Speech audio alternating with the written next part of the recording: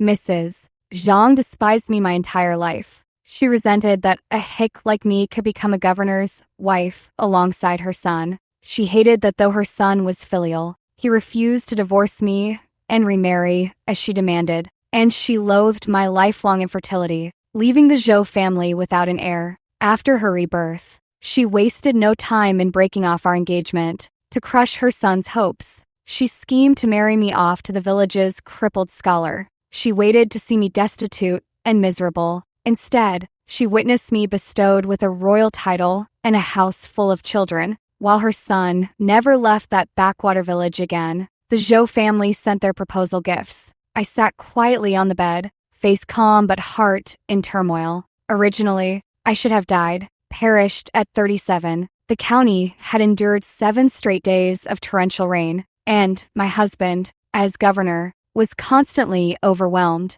Mrs. Zhang, pitying her son's exhaustion, insisted on dragging me up the mountain through the storm to pray for blessings. Midway through the carriage ride, we unexpectedly encountered a flood. The murky torrent, carrying broken trees and rocks, roared down from the mountains and swallowed us like a wild beast. Mrs. Zhang's terrified screams inexplicably transformed into my mother's gentle voice calling out, "Hannah, wake up. Don't sleep anymore." I felt as if I were in a dream, unable to tell whether I was dead or alive. My eyelashes fluttered slightly as I tentatively opened my eyes. A face both familiar and unfamiliar filled my vision. My young mom, holding my hand with reluctance. In the blink of an eye, my Hannah has grown so much, already at the age to marry. Today, the Zhou family is coming with proposal gifts. Don't sleep anymore. Get up and freshen up. The Zhou family? Proposal gifts? The warm cloth pressed against my face finally brought me fully awake.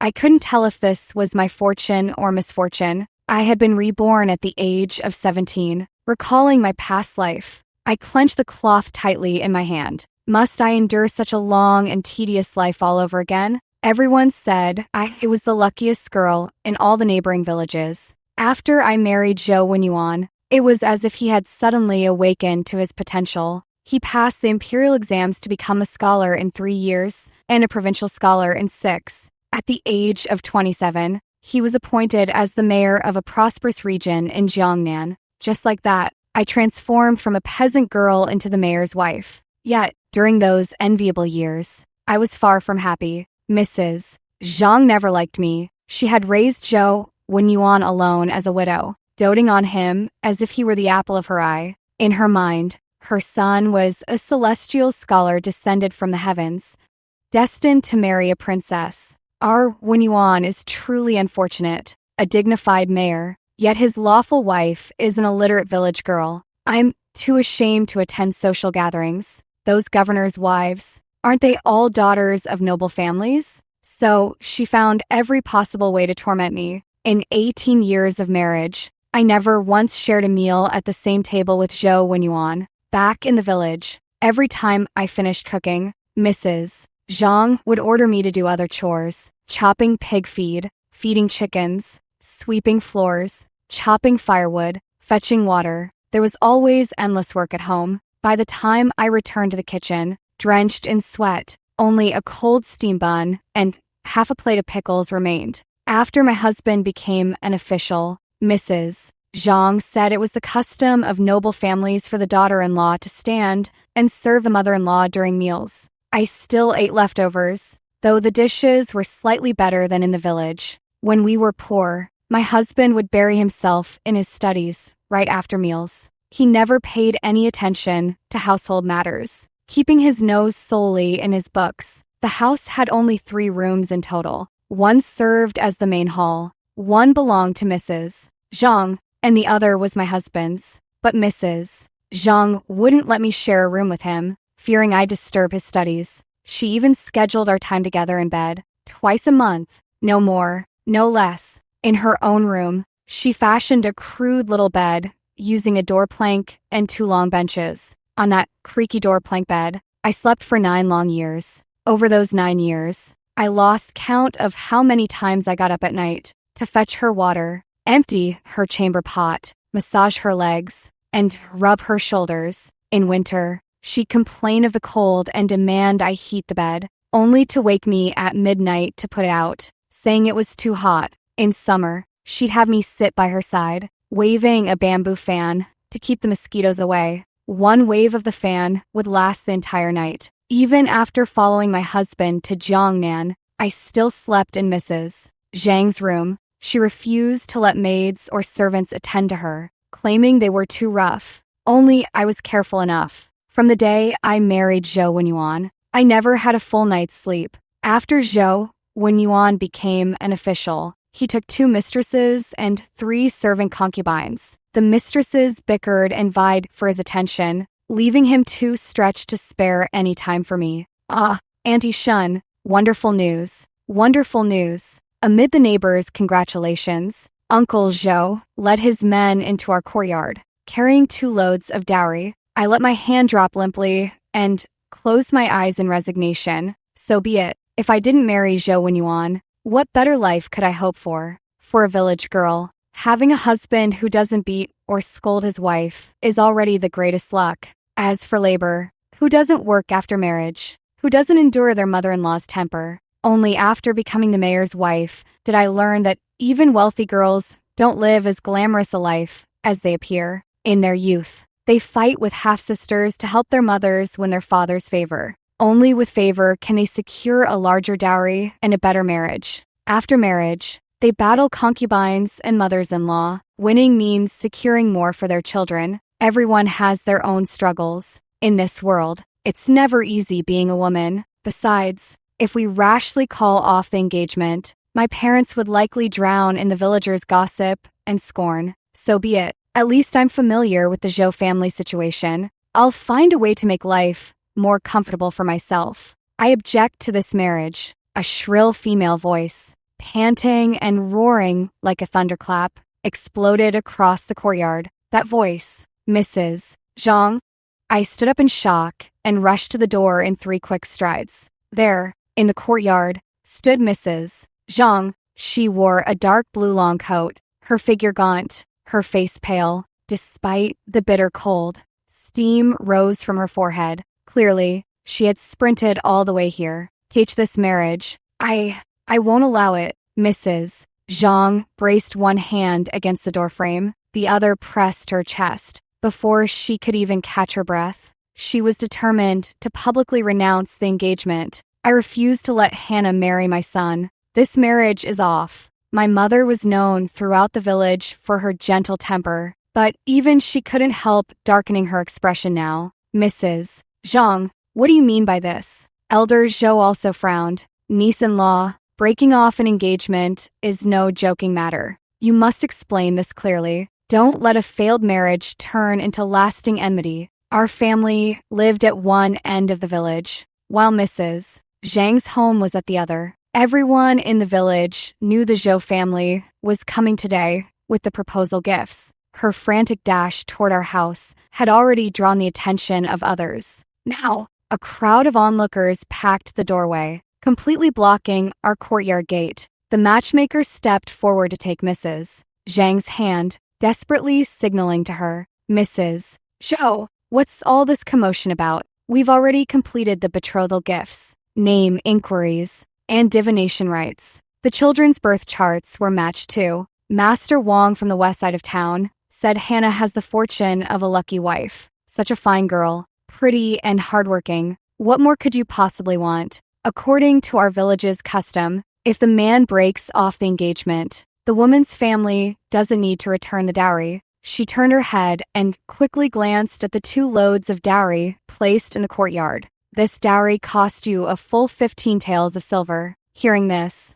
Mrs. Zhang's eyes darkened. She rolled her eyes, her gaze sweeping past my parents before settling on my face. When she saw me, her eyes flickered with unmistakable disdain. This look, I've seen it all my life, and I know it all too well. Mrs. Zhang had also been reborn. She slowly straightened her back, staring at me with ill intent, her lips curling into a sneer. The dowry must naturally be returned to the Zhou family. Not only must the Shen family return the dowry, but they must also compensate us 20 taels of silver. Because this little hussy Hannah Shun is no innocent maiden. Her words struck like a thunderbolt. My mother's eyes burned crimson with rage, as if she wanted to tear someone apart. Bullshit, Zhang, Guifeng. I'll rip your filthy mouth apart. 15-year-old Audie leapt up like a leopard, swinging his fists at Mrs. Zhang. How dare you slander my sister's purity?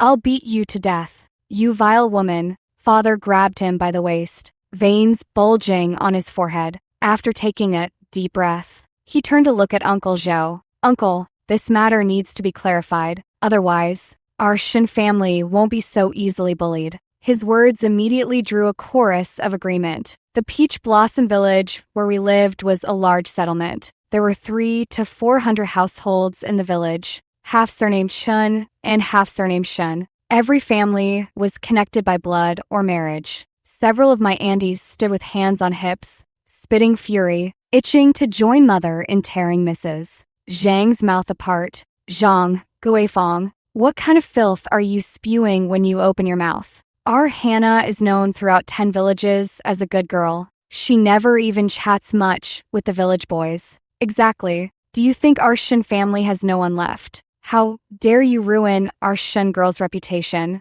Mrs. Zhang showed no fear, standing tall and surveying the crowd with her head held high. I, Zhang Guifeng, mean every word I say. I never speak nonsense. Hannah Shun has long been carrying on with someone, and that someone is none other than our village's scholar, Jiang Yanzhou. At that time, Zhou Wenyuan was still just a student scholar. Our village has only one scholar, Jiang Yanzhou. Mentioning Jiang Yanzhou always brings sighs of pity, as people lament how fate plays cruel tricks. Like Zhou Wenyuan, he had only a widowed mother at home, but Jiang Yanzhou was a child prodigy, famous throughout the region. He began his education at 3 and could recognize 1,000 characters by 4. The White Deer Academy in the county even waived his tuition fees. The headmaster personally took him as a disciple, and everyone said Peach Blossom Village was about to produce a golden phoenix.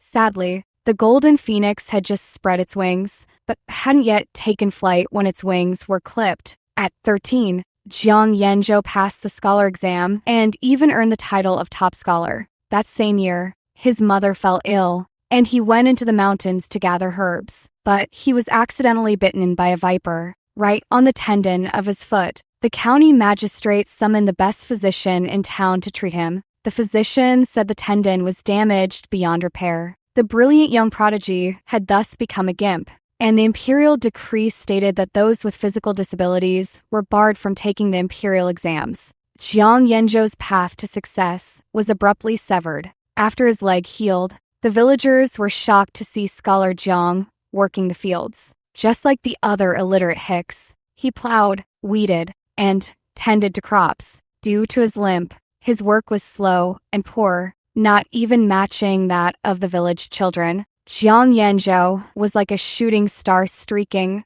across the sky of Peach Blossom Village, dazzling yet fleeting. In the end, all that remained were a few sighs. Hearing it was Scholar Jiang, my mother's anxious heart finally settled. Earlier, seeing Mrs. Zhang's confident demeanor, she had feigned anger but secretly felt uneasy. Zhang, Guifeng, have you lost your mind? That Scholar Jiang is a man of few words who never interacts with the villagers. My Hannah has never had any dealings with him. As she spoke, Mother turned her head to look at me. When she saw my deathly pale face, she staggered back 2 steps, her voice trembling. My dear, you must tell me. You don't know that Scholar Jiang, do you? I never imagined Mrs. Zhang would use this to tarnish my purity. Jiang Yanzhou and I, we know each other. His family consists only of a frail widowed mother. To save money, Jiang Yanzhou often gathers herbs in the mountains.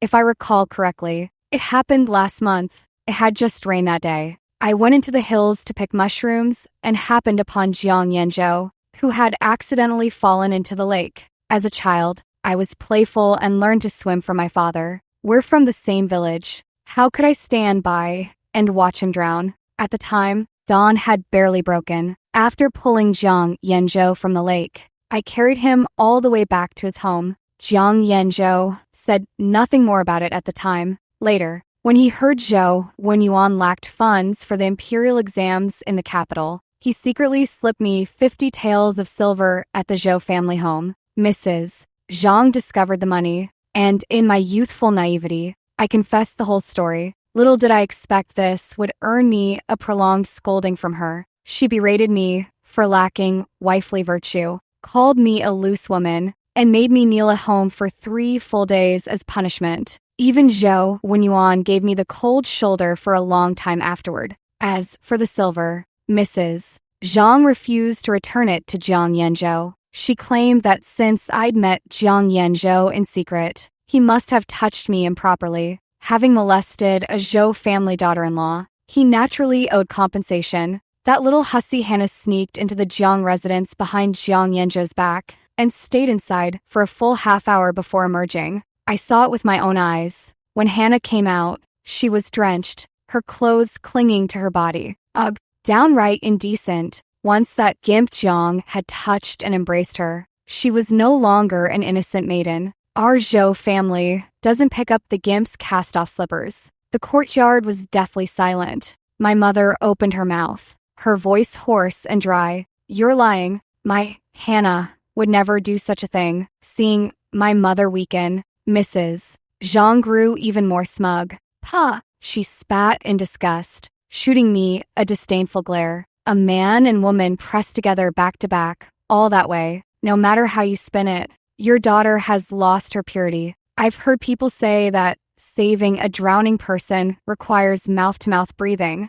Who knows how Hannah really saved that gimp Jiang? I won't have such a tainted woman as my daughter-in-law. Mom snapped, lunging forward to grapple with Mrs. Zhang. "Shut up. Just shut up. I won't let you speak of my daughter like that." Pale-faced, I stepped forward to pull her back. "Mom, let's call off the engagement. This world is unjust to women. Reputation and chastity are shackles that bind us for life. All I did was save a man, nothing more. But others wouldn't see it that way. They'd follow Mrs. Zhang's lead, speculating with ill intentions. From today onward, rumors about me and Jiang Yanzhou would spread across every village for miles. The only way to quell these rumors would be for me to marry Jiang Yanzhou. Otherwise, my parents would be shamed because of me, and the girls in our clan would face gossip too. I couldn't become the Shen family's disgrace. Saving a life is a greater virtue than building a 7-tiered pagoda.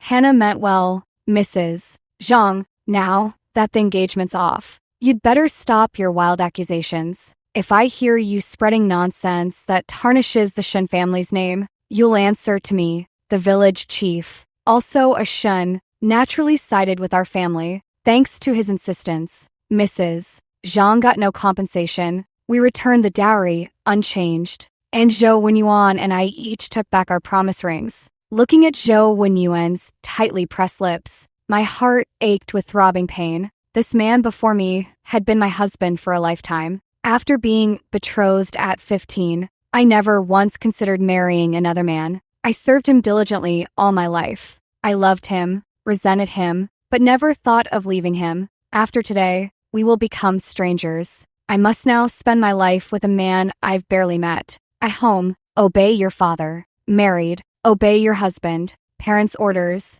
matchmakers' words. As a woman, I never had a choice. Hannah, Zhou Wenyuan called out to me, his expression complex, yet faintly familiar. For the sake of, for old time's sake, if you ever face hardship, you may come to me. I will help you once, but only once. After that, you're on your own. I jerked my head up, staring at him with eyes churning like stormy seas. So it wasn't just me and Mrs. Zhang who were reborn. So it was Zhou Wenyuan who no longer wanted me. I didn't understand. In my past life, after marrying Zhou Wenyuan, I never conceived. Mrs. Zhang resorted to tears, tantrums, and even threats of suicide to pressure Zhou Wenyuan into divorcing me and remarrying. No matter how she carried on, he refused to agree. A wife, no matter how plain, should not be cast aside. Divorcing and remarrying. What would people think of me? Hannah has been with me for over a decade. Even if she hasn't achieved great things, She's endured hardships. Not having children isn't an issue. I'll take a few mistresses, and any sons born can be raised under her name. It's the same. Later, Zhou Wenyuan indeed took 2 mistresses, but both mistresses bore daughters. Mrs. Zhang consulted a fortune-teller, who claimed Zhou Wenyuan had taken mistresses too late. His fate for sons was before 20. After that, only daughters would come. By the time I died, Zhou Wenyuan still had no son. Mrs. Zhang hated me all the more bitterly for it. Zhou Wenyuan, why? After 20 years of marriage, he understood my gaze in an instant. Why? Why, this time, did you no longer hold firm? Zhou Wenyuan froze, his lashes fluttering as he lowered his head, avoiding my gaze. I wanted a son. That was the regret of my lifetime. But now, there's still time to make things right. His clenched hand slackened and fell limp. I couldn't quite define the emotions swirling inside me. There was a deep sense of loss. Yet, when the pain numbed me, I also felt an odd relief. Perhaps, deep down, I didn't truly wish to spend the rest of my life with Zhou Wenyuan either. If that was the case, then it was best for us to part ways peacefully. The day after the engagement was called off, Jiang Yanzhou's mom arrived at our doorstep with him in tow to propose marriage. According to local customs, proposals were usually handled by a matchmaker. Seeing the mother and son sitting stiffly with solemn expressions, my parents grew visibly uneasy. Though Zhou Wenyuan only had a widowed mother, his family was far better off than the Jiangs. Before his father passed, he had worked as a manager at a tavern in town, earning dozens of taels of silver a year. Otherwise, they couldn't have afforded his education. He lacked Jiang Yanzhou's exceptional talent, and between tuition, brushes, ink, paper, and inkstones, the annual expenses were indeed a significant burden. Later, his father encountered bandits while out purchasing ingredients with his employer. His father died, saving his employer. After his death, it was said the employer compensated their family with a full 200 taels of silver. Though Zhou Wenyuan's education had cost them dearly over the years, their family was still considered well off in our village. Not like the Jiang family, Jiang Yanzhou's mother was constantly ill, and his father had only ever been a hunter. Apart from 2 meager acres of land, they had nothing. What's more, Jiang Yanzhou had a crippled leg. In-laws, dowry. It doesn't matter if the dowry is modest. My mother interrupted Jiang Yanzhou's mother, her expression sorrowful. She's my only daughter. I just want her to be happy. I know the Jiang family circumstances. We don't care about the dowry size, as long as you treat our Hannah well in the future. Jiang Yanzhou immediately stood up, his refined face turning solemn. Miss Shin saved my life. Yanzhou vows to repay this debt with eternal gratitude. What? You'd only feed my sister grass if she married you? My younger brother burst in from outside, glaring furiously at Jiang Yanzhou. I know your family is poor, but even the poorest shouldn't eat grass. The engagement with the Jiang family ended as abruptly as a farce. The Jiang family offered 5 taels of silver as dowry, plus a 200-year-old wild ginseng. When Dad saw that ginseng, his eyes nearly popped out. Having been the mayor's wife for 9 years with Zhou Wenyuan, I'd once seen someone gift him a 100-year-old ginseng too. That one was far inferior in both quality and size compared to this. Zhou Wenyuan treated it like a treasure, instructing me to store it carefully. He said this thing could save lives in critical moments. Priceless. The Jiang family's ginseng could likely fetch 1,000 taels if sold. Dad trembled as he took the box, torn between refusing and reluctance. In-laws, this is far too generous. Jiang Yanzhou's mother was a beautiful middle-aged woman with gentle features and a slender figure. She resembled the delicate women of Jiangnan, yet when she spoke, her forthright manner revealed her northern roots. They say the dowry reflects the sincerity of the groom's family. This is the Jiang family's true intent. When Zhou Wenyuan's family came with their proposal gifts, their matchmaker haggled like she was at a market. She and my mom bargained back and forth. Neither would yield an inch, each counting every penny. They argued like fighting cocks over squeezing out more dowry. Mom once said she wouldn't keep a single coin of the dowry. It would all go with me as bridal gifts. Bridal gifts are the bride's private property. Even in annulment, they remain hers to take. Because we demanded more dowry, Mrs. Zhang never missed a chance to scorn me after the marriage. Oh, she's no longer my mother-in-law now. Zhang Guifeng later concocted endless excuses and swindled every last bit of my bridal money within half a year. This included not only the 15 taels of silver dowry, but also an additional 15 taels in bridal gifts from my parents. It was half of our family savings. My parents loved me dearly, yet after my marriage, I rarely saw these parents who cherished me so much. Mrs. Zhang forbade me from visiting my family home. After Zhou Wenyuan passed the scholar examination, she considered herself above associating with my family.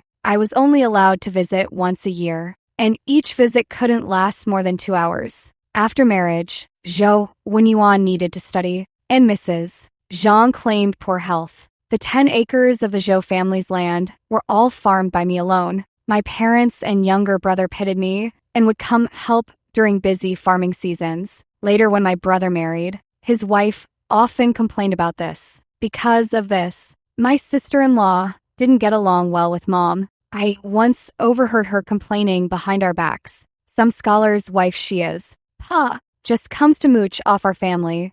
Every time I brought gifts back to my parents' home, I felt too embarrassed to accept them. Either a bag of rotten sweet potatoes or half a sack of wilted vegetables. Who did they think they were looking down on?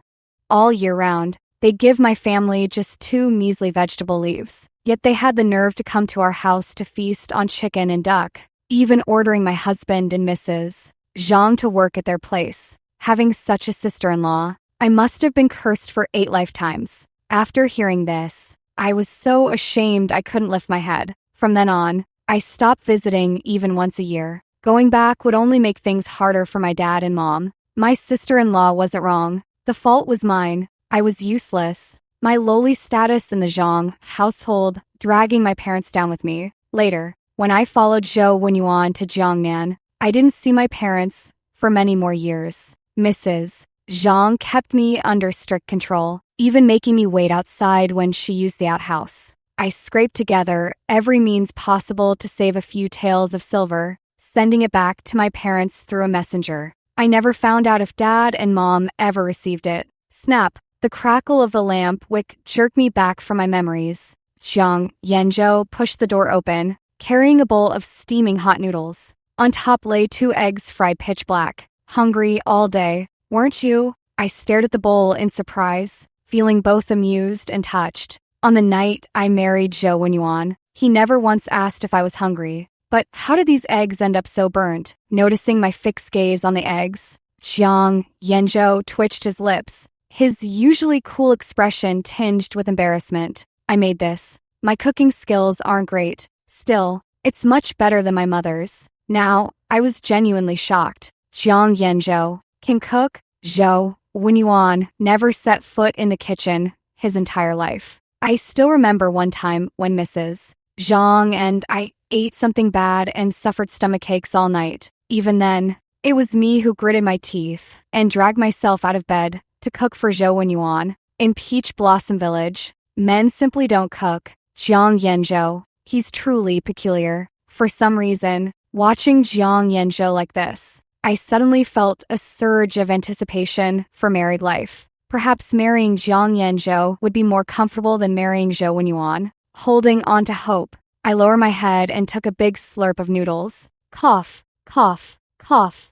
Jiang Yanzhou might be trying to poison me. I never imagined that fine flour and eggs, such precious ingredients, could be made to taste so terrible. My coughing startled Mrs. Zhang. She rushed in within seconds, saw the noodles I'd spat onto the table, and her expression darkened. This is bad. The Jiang family wasn't well off to begin with, and here I was, wasting such good food. Uneasily, I stood up, clutching my handkerchief, my heart heavy with dread. Would she, like Zhang Guifeng, start to despise me too? You fool, I told you, I should have made these noodles. You just had to do it yourself. That slop you cooked isn't even fit for dogs. And you dare feed it to my daughter-in-law. If anything happens to my daughter-in-law from eating your food, I'll beat you to death." Jiang Yanzhou limped on one leg, covering his head as he fled in disarray. "Mom, what nonsense are you spouting?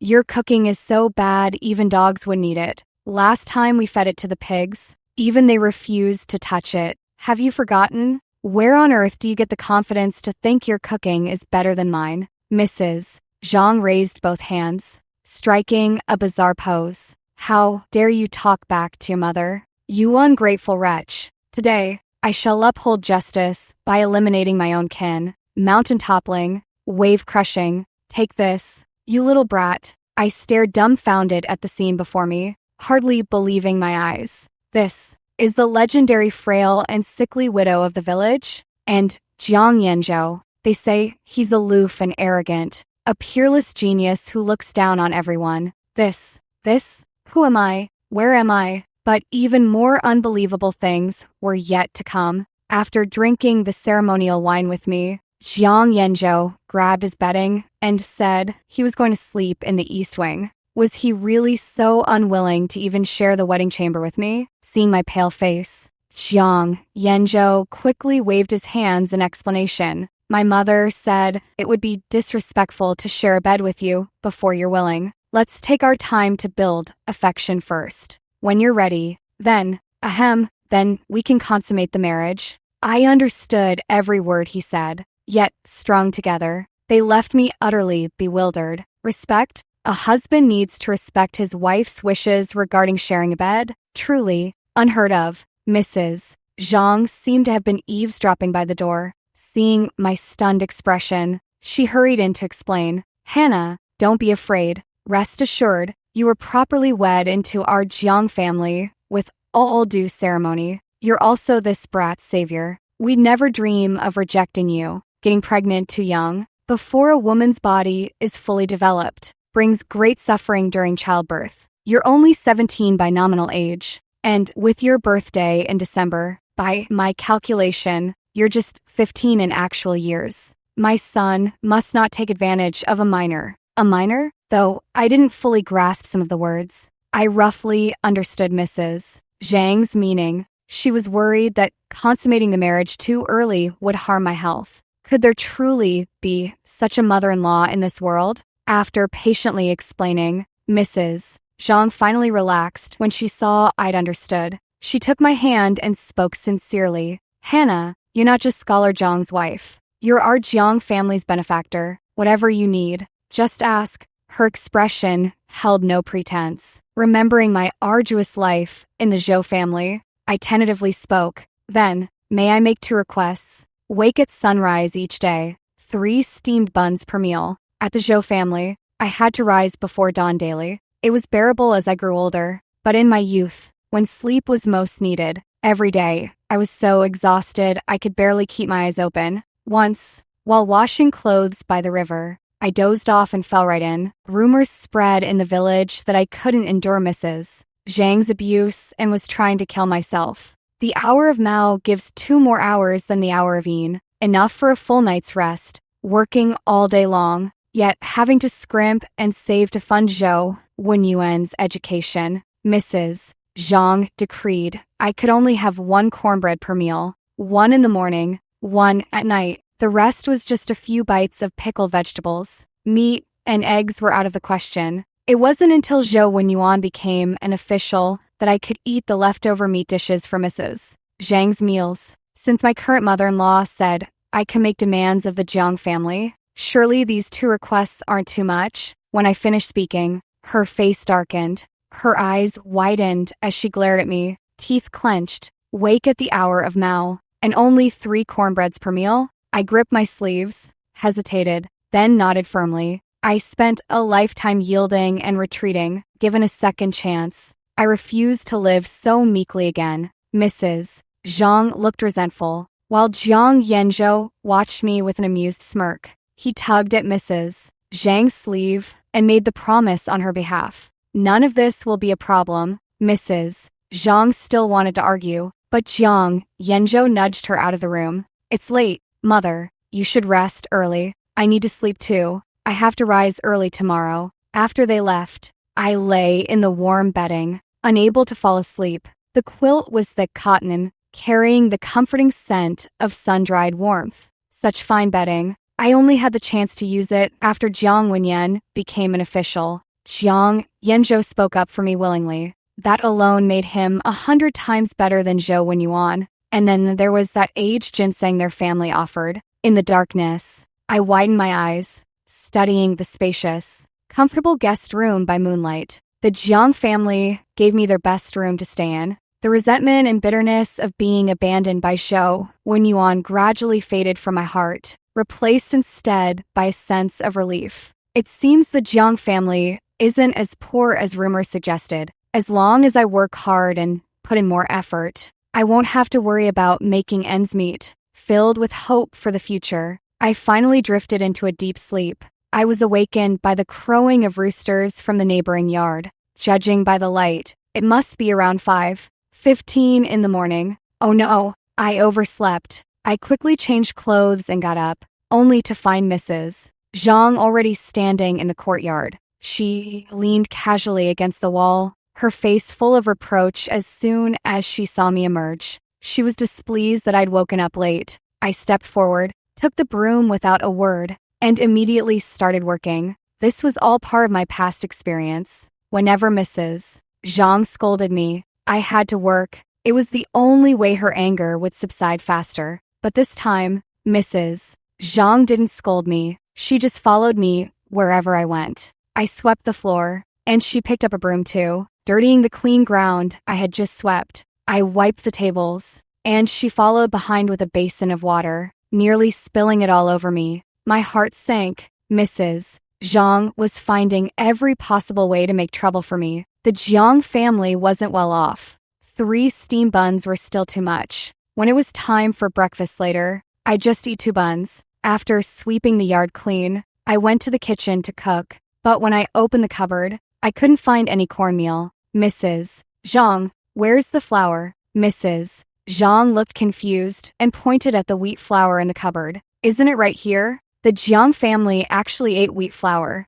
No wonder Mrs. Zhang didn't want me to have 3 buns. These weren't cornmeal buns at all, but wheat flour mantou. Eating 3 wheat flour mantou in one meal. There probably wasn't a single household in Peach Blossom Village that ate like this. I felt deeply ashamed, realizing how unreasonable my request had been. To test my cooking skills, Mrs. Zhang brought out many fine ingredients: eggs, cured meat, white flour, a fresh and tender cabbage, and even half a chicken. I cooked this meal with great trepidation. With such extravagant eating, does the Jiang family not plan to make ends meet? After the dishes were served, Jiang Wenyan finally emerged from his room. His face lit up when he saw the food on the table. Mrs. Zhang was also visibly excited. Excellent. This scrambled eggs with scallions has a golden hue, and the aroma of the scallions is irresistible. Just the smell alone promises deliciousness.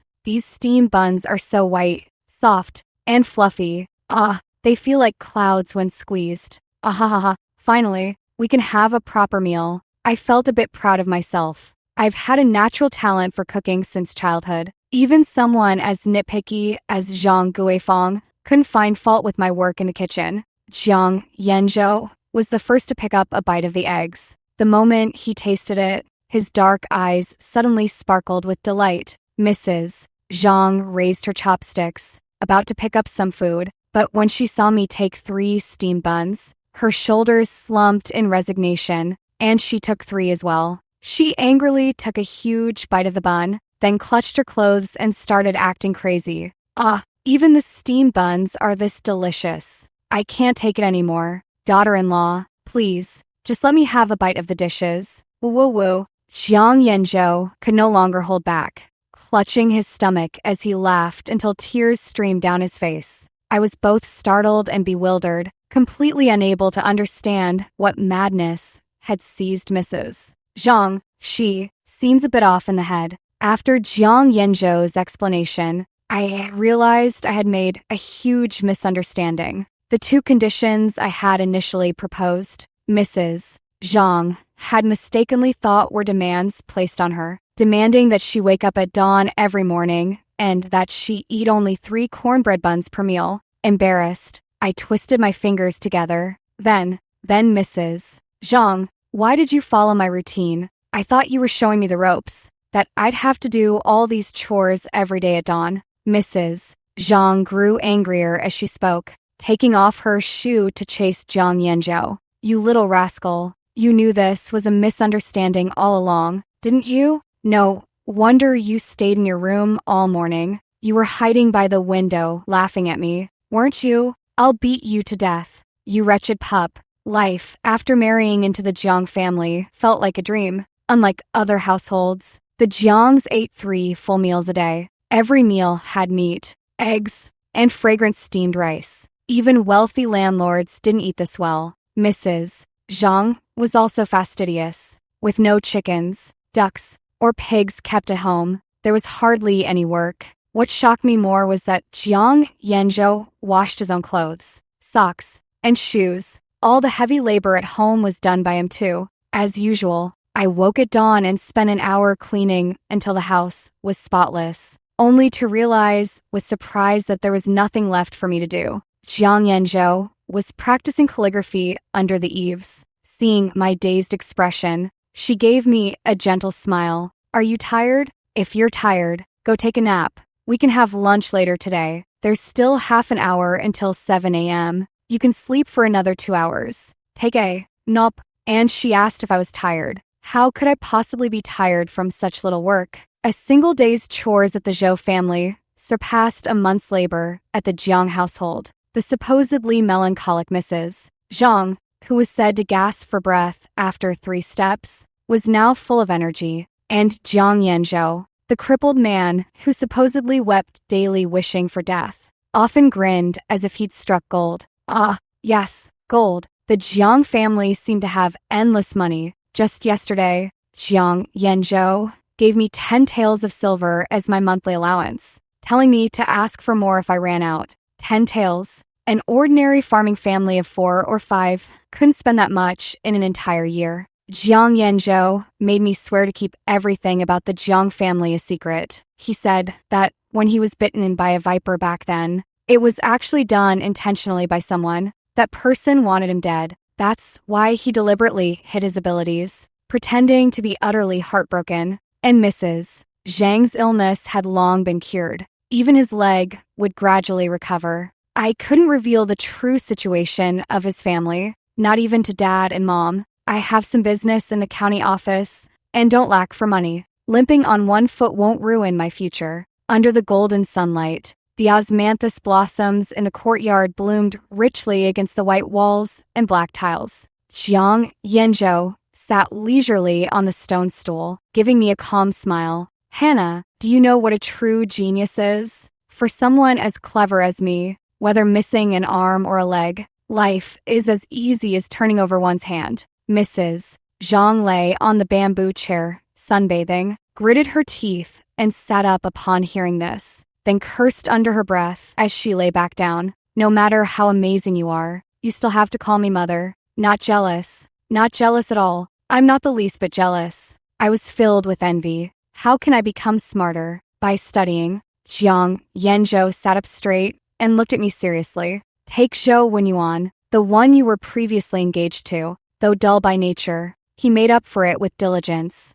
With guidance from a renowned teacher, passing the provincial scholar exam wouldn't be impossible for him. Originally, out of respect for you, I planned to recommend him for White Deer Academy. Now, he can forget about that. Given his natural aptitude, even with another decade or so of hard work, he might barely manage to become a scholar. Jiang Yanzhou's words struck me like a thunderbolt. White Deer Academy was the finest institution in our county, renowned throughout the entire prefecture. Its headmaster was a great Confucian scholar, rumored to have been a distinguished minister of the previous dynasty. Those who studied there were either wealthy or noble. Commoners, however, had to pass extremely rigorous examinations to gain admission. In my past life, Zhou Wenyuan had failed White Deer Academy's entrance exams. After the exam, he came home and cried his heart out. Yet not long after, news came that he had been accepted. At the time, Zhang Guifeng was quite smug, saying the academy's tutors hadn't gone blind after all. They recognized Zhou Wenyuan as a reincarnated star of literature at first glance. From then on, Zhou Wenyuan smoothly passed the scholar and provincial scholar exams. Not all provincial scholars could become officials. They had to wait for vacancies. The position Zhou Wenyuan obtained was the envy of countless others. Though he was just a mayor, even the governor treated him with great respect. Zhou Wenyuan once mentioned to me that the governor had asked him to put in a good word for him before the ninth prince, as if he actually knew the ninth prince. Could it be that all of this was arranged by Jiang Yanzhou? Wait, I remember. Before retiring, the headmaster of White Deer Academy had once been the ninth prince's tutor. So in my past life, it wasn't me benefiting from Zhou Wenyuan's success, but him riding on my coattails. Then what was my lifetime of endurance and concessions for? Just my bad luck. You useless old hen that can't lay eggs. Any man who marries you is cursed. If you hadn't married my son, you'd probably still be spreading manure in the fields right now. Heaven must be blind, letting a hick like you become a governor's wife. Pah! Zhang Guifeng's endless stream of curses still seemed to echo in my ears. Hannah, Hannah, I jerked my head up, realizing the voice I'd just heard wasn't my imagination. Zhang Guifeng was really calling for me outside the courtyard gate. What does she want with me? As usual, Zhang Guifeng wore a face as dark as storm clouds, as if I owed her dozens of taels of silver. Her hair wasn't neatly combed as usual, and chicken droppings clung to her sleeves. She looked utterly disheveled. At her feet sat a large wooden basin. Piled high inside were heaps of dirty laundry. Hannah, go wash these clothes. Zhang Guifeng lifted her chin, her expression haughty. I stood there bewildered. Huh? Zhang Guifeng glared at me, her narrow eyes brimming with impatience. Didn't you hear me talking to you? Go wash these clothes by the river. Remember to use plenty of soap berries and scrub them thoroughly. After washing the clothes, come to my house to feed the pigs, sweep the yard, and cook the meal while you're at it. I studied her carefully for a moment before it dawned on me. It's hard to go from luxury back to hardship. After I married Zhou Wenyuan, Zhang Guifeng hadn't lifted a finger. Counting the years, it had been nearly 2 decades. Accustomed to the life of a wealthy lady, Zhang Guifeng would never wash clothes in freezing river water during cold weather. She probably hadn't washed a single garment since her rebirth. No wonder there was a faint sour smell coming from her. Is this Andy here to beg for food? Before I could speak,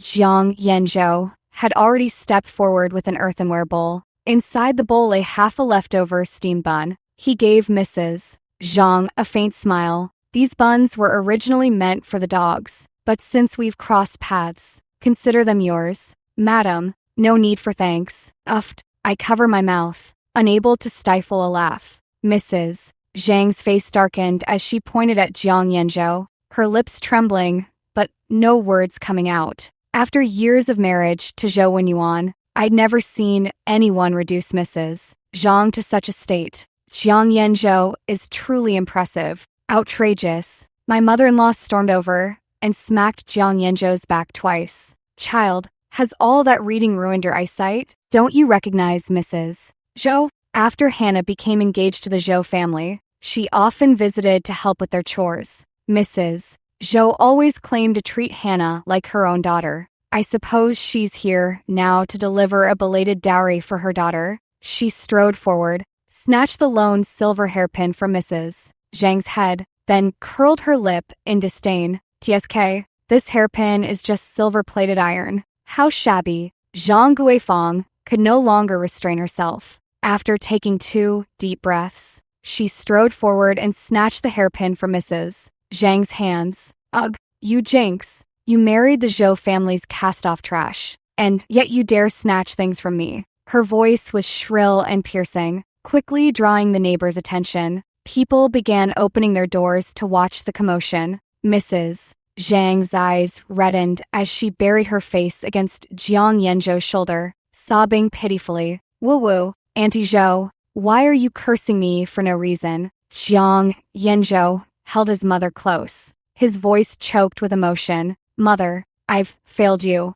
It's my fault for being useless, for crippling my leg, and making you suffer such humiliation. And now, we're even being insulted at our own doorstep." The mother and son of the Jiang family had always been well regarded in the village. The villagers sighed over the fallen genius's plight, their sympathy inevitably stirring them to speak up in defense. "Zhang, Guifeng, what nonsense are you spouting? Exactly. The Jiang family hasn't offended you. What gives you the right to throw your weight around here?" A hand hidden beneath the sleeve gently squeezed mine. Startled, I looked up to see Jiang Yanzhou quickly wink at me. Suddenly, I understood the meaning behind his gaze. It was my fault that Mrs. Zhang and my husband got involved.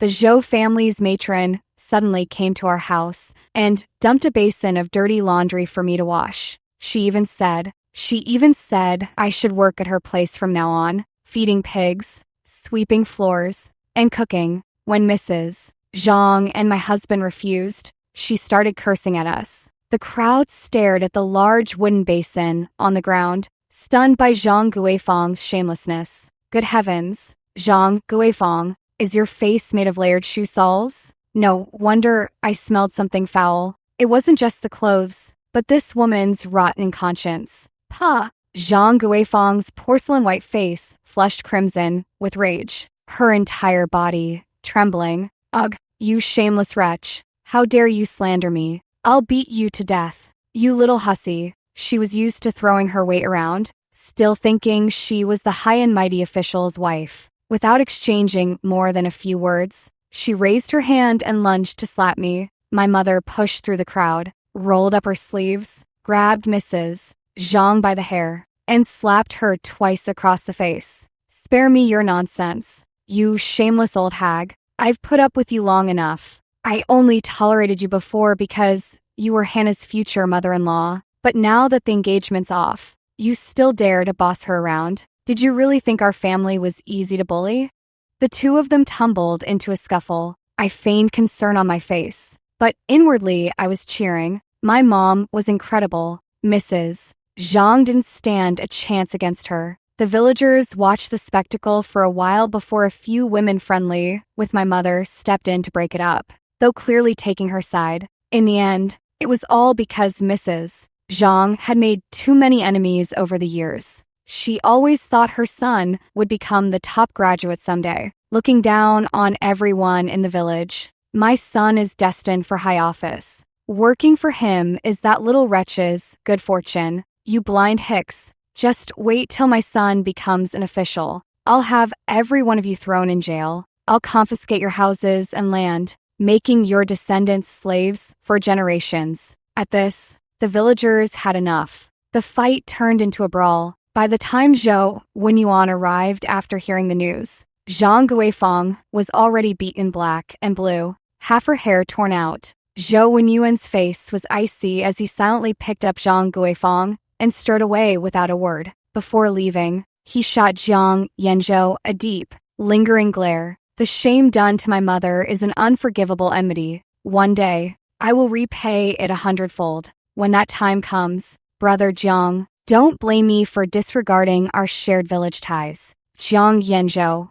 I watched Zhou Wenyuan's haughty departure with indescribable frustration, my emotions a tangled mess. If he knew his admission to White Deer Academy was entirely due to Jiang Yanzhou's influence, would he still be so arrogant? I remember in just a few days, it would be White Deer Academy's entrance examination. Zhou Wenyuan had memories from his past life. I wonder if he could pass. As expected, Zhou Wenyuan failed. Thinking about it, it made sense. After becoming mayor, he was too busy every day to even glance at books. After handling piles of official duties, he spent his time indulging in romantic escapades with his mistresses. Those Confucian classics in his study probably hadn't been opened in years. His essays were dull and lifeless, more befitting a middle-aged man than a young scholar. Moreover, his words carried an inexplicable arrogance, treating common folk as mere weeds. The Academy's master despised him,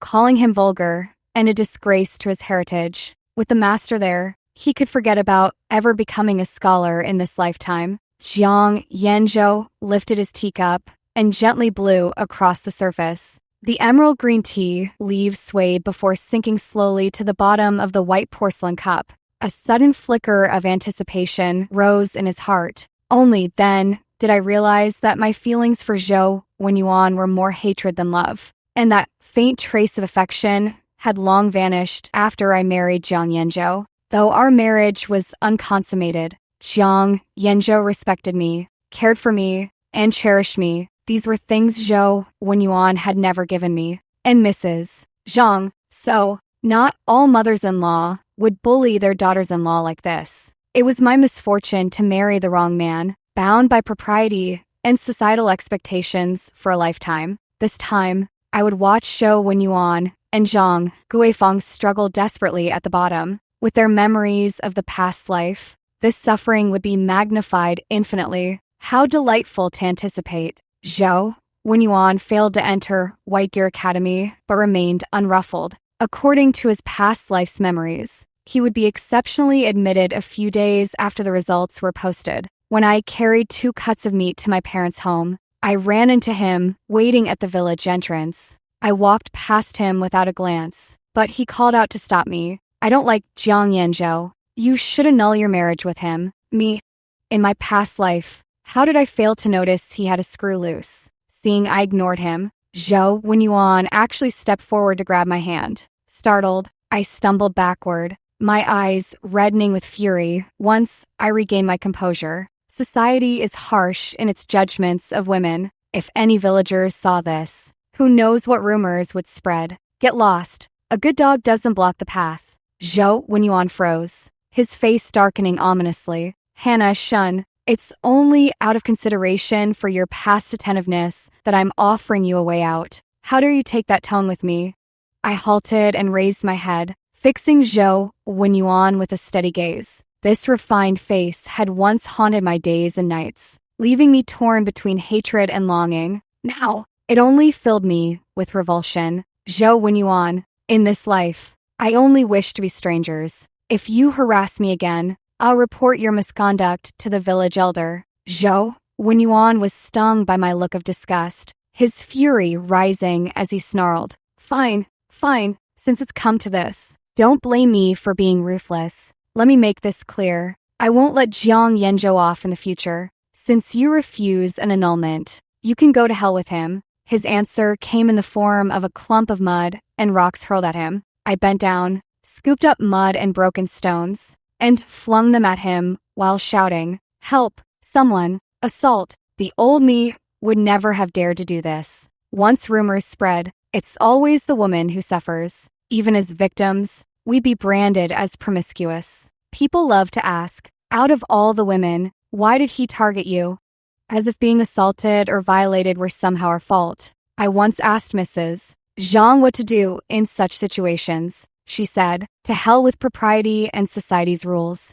As long as you refuse to be bound, no one can bind you. Don't let the label of virtuous wife and loving mother become the shackles of your entire life. I think Mrs. Zhang is truly remarkable. As she spoke these words, she seemed to glow from head to toe. No wonder Jiang Yanzhou is different from other men, because he has an extraordinary mother. Zhou Wenyuan dodged in panic, nearly falling flat on his face. Hannah Shun, have you lost your mind? You may not care about your reputation, but I still value mine. Shut your mouth. Ouch, that hurts. Mrs. Zhang was right. When we show no fear, they become the ones who are afraid. I swung both arms with renewed vigor, striking even harder. It was an overcast day, with the north wind howling and not a soul in sight on the road. Zhou Wenyuan shouted as he ran, spotting a carriage approaching in the distance. He halted abruptly, both startled and delighted.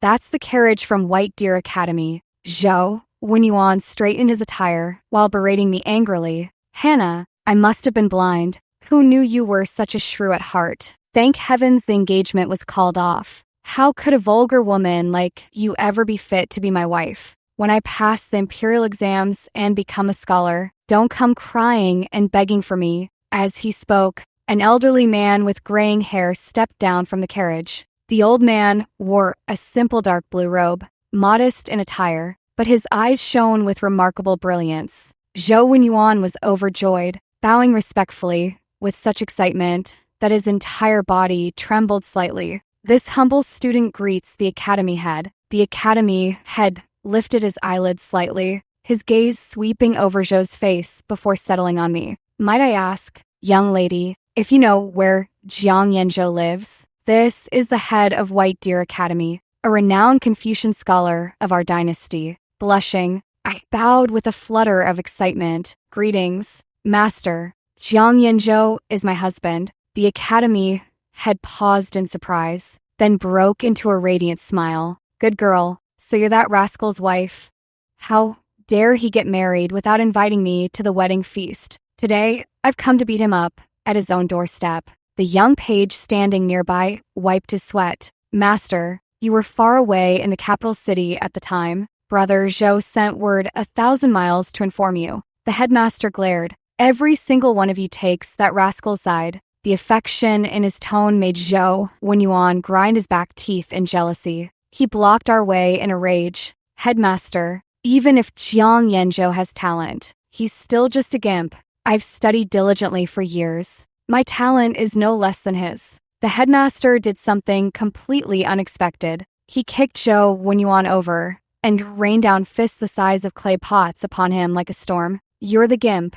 I'll beat you into a gimp if you don't believe me. The page hugged his arms, grinning with schadenfreude. Serves him right. Everyone knows the master dotes on Brother Zhou most. When I brought the academy head home with me, I was still in a daze. The legendary great scholar, so virtuous and refined, actually hit someone? Yanzhou. I've found the retired former chief diagnostician of the royal physicians. Royal physician Zhang, you've rested as a hidden dragon for too long. It's time to soar as a dragon in the sky. Jiang Yanzhou lounged inelegantly on the couch, while the academy head sat beside him pouring tea. Watching them, one would think he was a master and the academy head his student. Suddenly, I remembered something Zhou Wenyuan had mentioned in my past life, about the ninth prince having a wheelchair-bound advisor. Rumor had it the ninth prince followed his counsel absolutely, making him the prince's most trusted confidant. Later, when the emperor fell gravely ill, the ninth prince governed as regent. That advisor then became the very figure all court officials sought to curry favor with. Petty officials like Zhou Wenyuan weren't even qualified to meet his gatekeeper. Could that advisor possibly have been Jiang Yanzhou? But how did he end up in a wheelchair? Did his foot injury worsen later on? At that moment, I never could have dreamed. In my past life, Jiang Yanzhou used a wheelchair simply because he was too lazy to walk. After the headmaster left, Jiang Yanzhou stood alone in the courtyard for a long time, until the sky darkened, and a bright moon slowly rose from the horizon. Only then did Jiang Yanzhou break off a withered branch from the osmanthus tree and hand it to me with a smile. My dear, by the time the osmanthus blooms next year, you will be a noble woman. I stared blankly at his handsome, pale face under the moonlight, hearing my own thunderous heartbeat. That year in Peach Blossom Village, many significant events took place. Jiang Yanzhou's legs healed. After passing the provincial scholar exams, Jiang Yanzhou went on to become an imperial scholar and even achieved the title of top graduate. He was the first top graduate from our county. And what about Zhou Wenyuan? He remained just a student scholar. When the yamen runners came to the village to deliver the good news, the elder was so excited he nearly fainted. Zhang Guifeng stepped forward with a stiff face and grabbed the yamen runner. You've made a mistake. My Wenyuan is the real top graduate. He's a celestial star descended to earth. There must be some mistake. Hearing this, the bailiff immediately slapped her across the face without hesitation. How dare you? You dare disrespect the imperial court. The elder snapped back to reality, his aged face turning deathly pale. And my lord, she's just the village madwoman. Her son failed the scholar exams, and she lost her mind. Please don't take her words seriously. My lord, her son's a madman too. Yes, it's hereditary madness in their family. And so, Zhou Wenyuan was branded a madman. One person cannot stand against an entire clan. If the whole village calls him mad, then mad he is. A madman has no right to sit for the imperial exams. Preparing to move to the capital city kept me extremely busy. Yet news of Zhou Wenyuan still reached me. The elder had ordered him confined to his home, forbidden from leaving the village. Zhang Guifang refused to accept this. She sneaked to the county town one midnight and waited by the city gates until dawn. The next day, as soon as the city gates opened, she rushed to the mayor's office to plead her case. She claimed Jiang Yanzhou had stolen her son's title as the top graduate. Zhang Guifang was carried back home. After receiving 30 solid strikes of the rod, she was left half dead. They say she developed a high fever that very night, burning for 3 full days. Once the fever broke, her feigned madness had turned real. Hannah Shun, you little wretch, hurry up and attend to my washing. One day, while I was washing clothes by the river, I was startled by Zhang Guifang suddenly darting out at me. She reeked of a foul stench, her hair a tangled mess like a bird's nest, her eyes fixed on me with an eerie, unsettling stare. Zhang Guifang was truly mad, but Zhou Wenyuan remained unscathed. It seemed he hadn't lifted a finger to care for his own mother. I couldn't be bothered to argue with a madwoman, so I picked up the wash basin and turned to leave. But Zhang Guifang wouldn't relent, lunging at me to strike. I grabbed the washing paddle and struck her fiercely a few times until she fled, wailing and crying. She cried and cursed, swearing to make Zhou Wenyuan divorce me. From then on, the Zhou family's courtyard was locked up. Villagers said Zhou Wenyuan spent his days in bed, barely conscious, but at night, his wailing could be heard echoing through the courtyard. He wept for his misfortunes, for being ruined by his mother, and most of all, for being reborn into this life. This time, he lost not just his son and official rank, but also his dignity and freedom. Serves him right. On the day I left the capital city, heavy snow fell like goose feathers. Wrapped in thick cotton robes, I made a point to glance at the Zhou residence. Zhou Wenyuan, I'm going to the capital city. My husband secured me a 6th rank royal title. Wasn't your mayoral post only 7th rank back then? A mud-caked hand suddenly thrust through the chained gate's gap. Hannah, I beg you, tell Jiang Yanzhou to spare me. I don't want office or scholarly honors anymore. Just to live, please. I beg you, let him spare me. Don't let the villagers lock me up again. I shook my head with a faint smile. It's not that my husband refuses to spare you. It's that I won't let you go. Mrs. Zhang always says that true happiness lies in repaying grievances in kind. Being such a virtuous wife,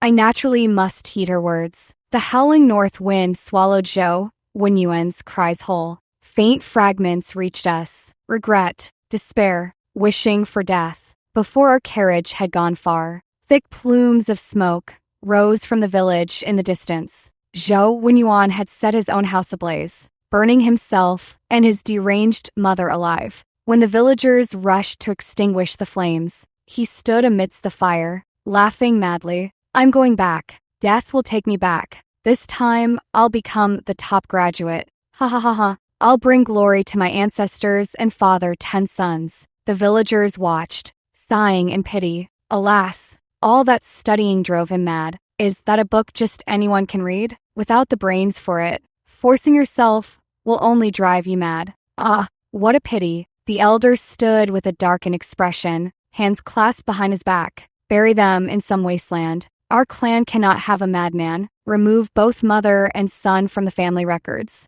The snow fell heavier now, leaving behind a pristine white expanse, utterly cleansed. Extra story 1. Hannah was pregnant. Her pregnancy was smooth, with no adverse symptoms. The one with symptoms was my foolish son. He vomited everything he ate. You'd think he was the pregnant one. The royal physicians took turns examining him, but found nothing amiss. Only I knew it was his overwhelming love for his wife. Counting the years, I've been transmigrated here for over 2 decades now. Back then, I was brimming with ambition, convinced I was the heroine of a farming novel, ready to conquer the world. Alas, I'd forgotten I was just a useless college graduate. a humanities major, no less, specializing in English. Can't cook, can't invent, only remember a line or two of ancient poetry. Ah, truly, a scholar is good for nothing. Luckily, the original owner left me a son, and a remarkably clever one at that. My good boy studies, learns to read, grows up steadily, no worries for me at all, except for one thing. He's smitten with that pretty village girl, Hannah, extra too. Though Hannah was a country girl, she was strikingly beautiful, big eyes, a delicate face, and fair skin that set her apart from the other villagers. It's my fault. After all this time, I still haven't fully adapted to ancient customs. Must I endure such a long and tedious life all over again? I didn't even realize that at 14 or 15, she was already of marriageable age. After Hannah got engaged, my son was downcast for a long while. He said that Zhou Wenyuan was cold-hearted and no good for her. To ensure Hannah's lifelong happiness, he resolved to strive hard and climb to a high position. That way, Zhou Wenyuan would treat her better. Out of respect for his influence, I stared at him in stunned silence, finally realizing one thing.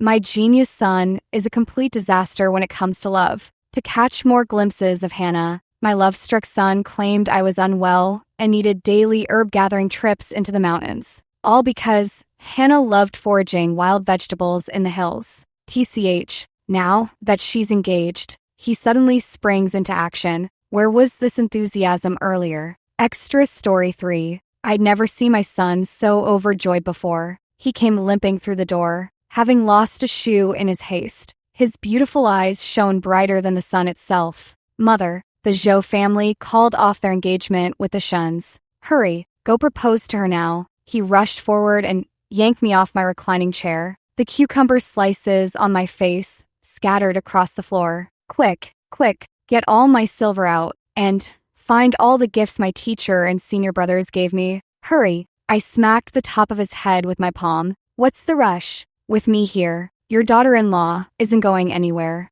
Let's go. It's time to get our son a wife.